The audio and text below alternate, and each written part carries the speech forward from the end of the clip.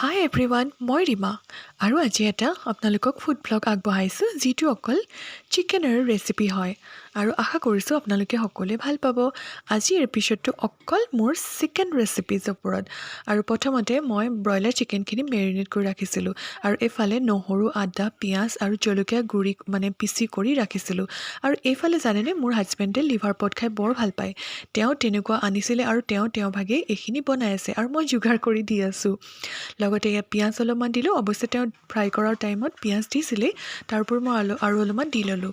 নহৰু আদা পেষ্টটো তেওঁ দিলে আৰু লগতে মই এইখিনি ব্ৰইলাৰ চিকেনৰ কাৰী বনাবলৈ ৰেডি কৰি আছোঁ। ধুনীয়াকৈ নহৰু, আদা, পিঁয়াজ এইবোৰ সকলো দিটো ফ্ৰাই কৰিলোঁৱে তেলৰ পাকত। লগতে মই ধুনীয়াকৈ মা মছলা দি সেয়া ৰাখিলোঁ আৰু মছলা গুড়িখিনি অকণমান পানীৰ লগত মিহলাই ৰাখিছিলোঁ। যিহেতু মই ভাল পাওঁ তেনেকৈ জিৰা গুড়ি, চিকেন মছলা আৰু ধনিয়া গুড়ি পানীৰ লগত মিহলাই দি দিলোঁ।